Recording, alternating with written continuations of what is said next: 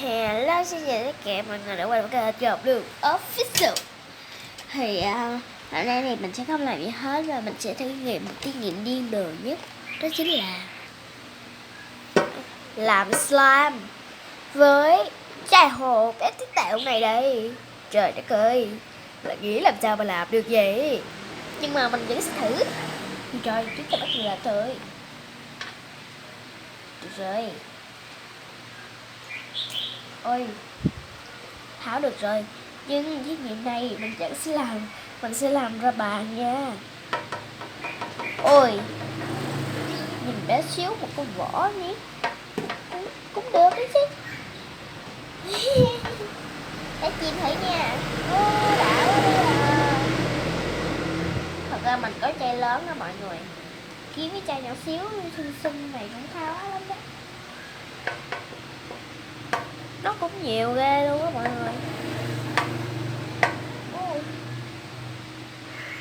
hết chưa? Hết rồi hả? Ít thế. Tôi lại 5 giây trước. Nói nhiều bây giờ sang ít. Bà này bà chơi ngu ghê. Rồi bây giờ mình sẽ đổ nước vô nha. Hy sinh tất cả mọi thứ để làm clip này đó. Ơ trời ơi, nếu mà mình nghĩ là không trời nhân chơi thì nó sẽ bị ấy thôi, chơi cứng mặt vô. Rồi rồi rồi. Ui, mình nói đặt vô thôi, nó đã thành slime này mọi người nè. Wow, sướng quá à. Wow, tiếp tục mình sẽ tiếp tục nhào cố gắng lên. Nhào bằng tay luôn á mọi người, thấy gớm chưa? Thấy gớm chưa ạ? Má ơi, nó gớm. Ủa sao? Ôi, hình như mình ra lớn rồi thì mà. Ây da. Chơi dơ. Nhưng mà sẽ không dơ đâu. Ôi, đảo à. Thật ra mình cũng làm slime nhiều lần rồi, nhưng mà tại vì lúc đó là chưa làm kênh đó. Hôm nay là xe bớt chạy đó mọi người à. Lâu lắm rồi mình mới đăng clip đó, chứ bình thường mà mình không có đăng đâu, mình làm biến lâu lắm. Mình sợ nó bị cứng quá.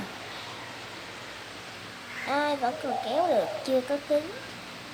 À đúng rồi, mọi người đợi mình chút nha. Rồi, mất tiêu luôn rồi. Trời đất ơi, bữa hổm mình cũng có làm nữa, mình cũng có làm một cái nữa mà chai lớn luôn á mọi người. Mà mọi người biết sao không? Trời đất ơi, uống quá à mọi người ơi. Trời đất ơi, tự nhiên nó bị tan vỡ rồi. Nó bị mất tiêu rồi. Trời ơi, cho bà tôi tiếc dữ vậy. Rồi, lấy cục này vô đây. Đó, thấy chưa? Đây là kết quả nè. Thấy chưa? Thấy kết quả chưa? Thấy gớm luôn á.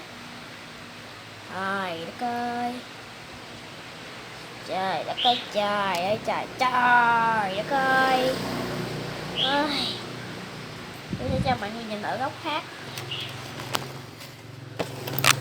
Ui, chết má ơi. Sorry mọi người. Tại vì đó là lỗi thôi, là kỹ thuật thôi. Lâu quá rồi mình không có vẽ. Mình thấy nó đang hot trào lưu là ăn đồ ăn cùng màu đó, đúng không? Đúng rồi, nhưng mà mình sẽ không làm đâu. Nói ra mà không làm. Trời đất ơi. Thôi mà ăn đồ ăn cùng màu mình ngán lắm mọi người ơi, ngán lắm. Ăn chán nó không có vui chút nào đó. Và bây giờ mình sẽ phóng to lên nha. Wow, ui, nhìn sao trong thế. Đúng rồi mọi người, đợi chút. Hôm nay là ngày xui của tôi thì phải. Sao cái gì nó cũng không có vậy, định lấy cái tay phone làm cho nó được chút á. mà tự nhiên cái tay nó mất tiêu à. Sao mà hôm nay tôi siêu quy dữ vậy? Nhìn nó bự vậy thôi chứ thật ra nó có một tí tẹo này à. Coi nè, nó có một chú ét luôn á.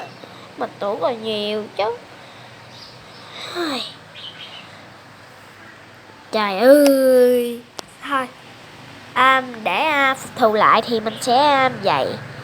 Nó cũng khá là trong, nhưng mà để vài ngày thì chắc là nó sẽ trong hơn nữa. Được rồi. Trời đất ơi, nó bay đâu vậy? Tiếng nó kêu rất là đã. Làm trong thì mình không có first được đâu. Nhưng mà tại tôi thích. Tôi thích thôi, tôi thích first mà. Cái tiếng first nó vô mọi người đã lắm. First không có đã chút nào đó. Slimer hoặc là basic á thì còn fix được á. Nhưng mà mình nghĩ là nó bị overactivated nè. Để mình cho thêm một xíu nước vô rồi mình trộn lên nha. Chúc mọi người may mắn. Xin chào tất cả mọi người. Mình xin trân trọng giới thiệu đây là cục slime của mình. Sau khi mình đã tái chế nó xong đây. Đấy, có cũng khá là dẻo hơn một chút ha. Mình thích chơi vậy nè. Bẹt, mình thích vậy đó. Đây là chai chiếc kết hoạt của mình nha.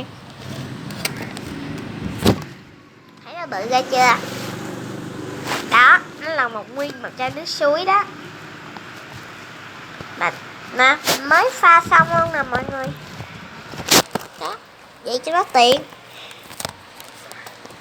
Rồi, chúng ta chỉ thế.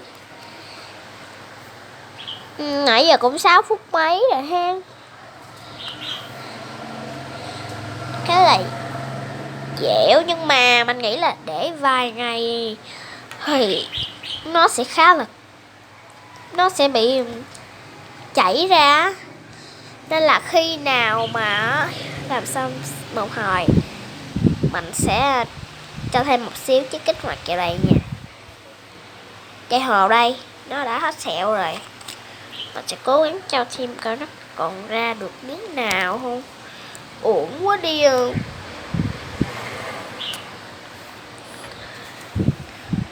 Ôi uổng quá đi. Xíu nó đi, cho nó thêm một chiếu nó đi mà. Trời đất ơi, trời ơi, nó không những giúp được mà nó còn hút luôn slime của tôi vô đây nữa. Xả ra, trời ơi, cục slime của tôi. Mọi người thấy cục slime của tôi rồi. Được rồi, không sao hết. Không sao, một hồi tôi đi mua hồ tôi làm nữa. Bây giờ thì mình sẽ chứng minh cho các bạn thấy. Cái này nó chính là chất kích hoạt nha. Mình phải hơi bị mạnh đó. Nên là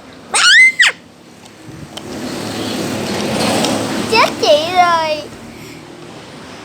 Trời ơi, cục slime của tôi ngắt luôn.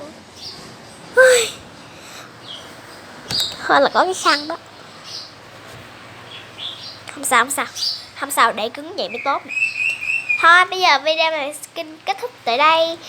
Nếu mọi người muốn làm nhiều video về slime hoặc là vẽ thì nhớ đăng ký ủng hộ mình nha. Và xem nhiều vô, like, share và subscribe ủng hộ mình. Bây giờ thì video này xin kết thúc tại đây. TikTok mình tên là Ngọc Đồ Kara nha. Instagram là Phạm Hoàng Bảo Ngọc. Ok, bây giờ thì bye. Nhớ đăng ký và ủng hộ mình, subscribe hàng ngày. Hãy cầu nguyện cho cục slime này đây. Dầu